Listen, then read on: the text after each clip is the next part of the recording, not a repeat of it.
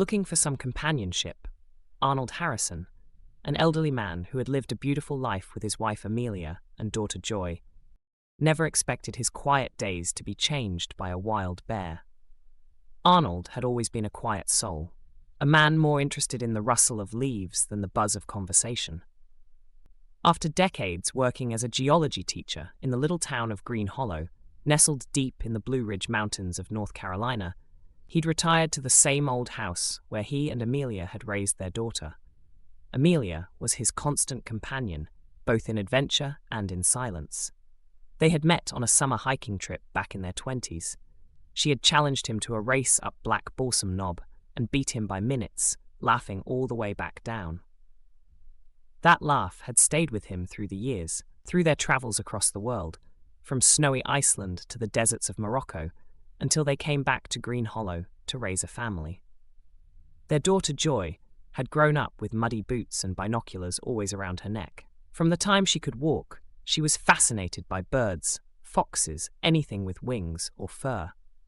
But it was bears that captivated her. Even as a little girl, she would sit in the forest with her sketchbook, trying to draw the shapes she imagined rustling behind the trees. One day, when she was 15, she spotted him. A hulking black bear, with one cloudy eye and a slow, lumbering gait, emerged from the woods behind their home. Arnold had frozen on the porch, ready to yell or run.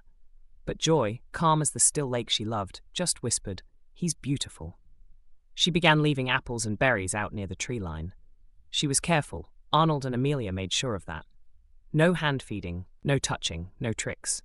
But over time, the bear kept coming, always slow, always calm. He never came closer than a few yards, never made a sound, just stood and ate and left. Joy named him Wink. She believed he was special. "He's not like the others," she once said. "He's got something in him that listens." Arnold had chuckled then, chalking it up to her teenage imagination. Years passed. Joy went off to college, then enlisted in the army. She said she wanted to serve and explore, that she didn't want her whole life to be in one place. Arnold and Amelia were proud, though the goodbye at the bus station broke something deep inside them. Wink, of course, was never told. But Arnold remembered watching the bear show up that week, sniffing the air, confused. For the first time, he let out a deep huff that echoed into the pines. Then he left. But the next day, he came back. And the next.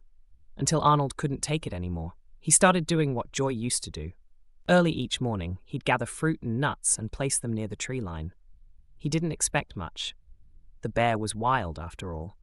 But over the weeks that followed, Wink returned. At first, he ignored Arnold.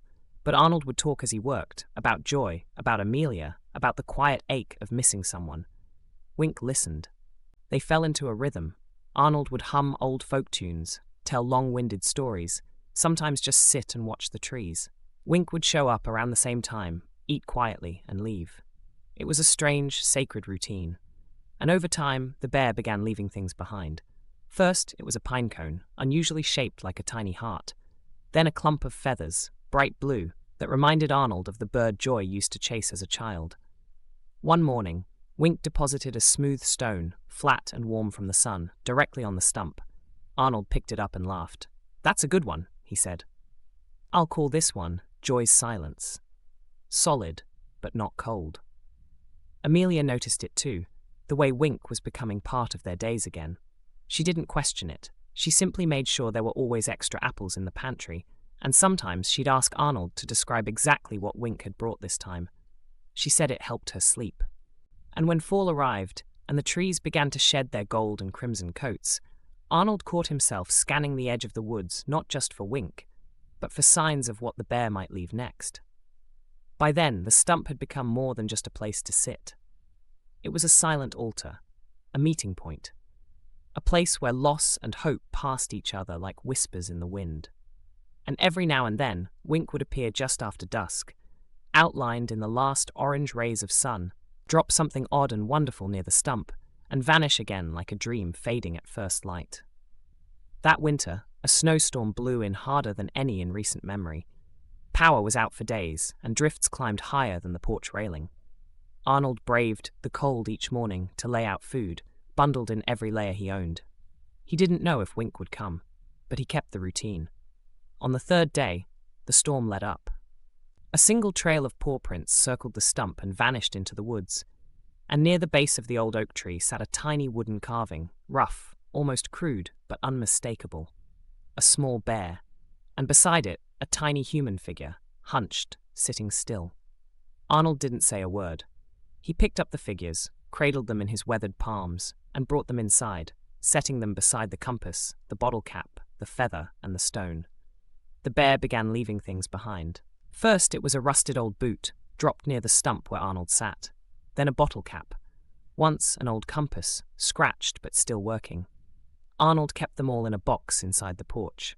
Bear gifts, he'd mutter with a smile. Sometimes he'd take the box out and lay the items on the table, one by one, like an old ritual. Each object had weight, not in mass, but in memory. A boot that reminded him of his logging days. A bottle cap from a brand Joy used to sneak as a teenager. The compass, he wasn't sure why, but it always made him think of Amelia's stubborn sense of direction during their hikes. Wink never brought food, never anything practical, just small echoes of a world he somehow seemed to understand. Then came the letter. Amelia opened the door holding it in trembling hands, the army seal. Joy had been injured during an operation overseas. They couldn't say much, just that she was being flown back, that recovery would take months, maybe longer. Arnold didn't speak for a full hour. Then he stood, grabbed the bag of apples, and walked out to the woods. Wink came. Arnold said nothing that morning, just sat on the stump, breathing hard, staring at the ground. Wink approached slowly, head tilted. Then he sat too, not close, but not far. They stayed like that until the sun crested through the canopy. The next morning, Amelia found the porch door open and a perfect line of apples laid from the edge of the yard to the forest's shadow. She didn't call after him. She just stood barefoot in the doorway, her robe tugged tight around her, eyes glistening. That day, Arnold didn't go to the stump. He wandered deeper, past the ridge where the old hunting stand used to be, where the trees grew gnarled and quiet. Wink followed from a distance. Every few minutes, Arnold would stop, rest a hand on a branch, or lean against a trunk. He didn't speak, not a word, but he felt Wink's presence like a weighted coat he didn't want to shrug off. That night, neither of them came back. It wasn't until near dawn that Arnold returned, his coat dusted in pine needles, hair matted from the ground. He collapsed into the porch chair without waking Amelia, just sat there, watching the sky change, the horizon catching fire with early light. Wink had disappeared again.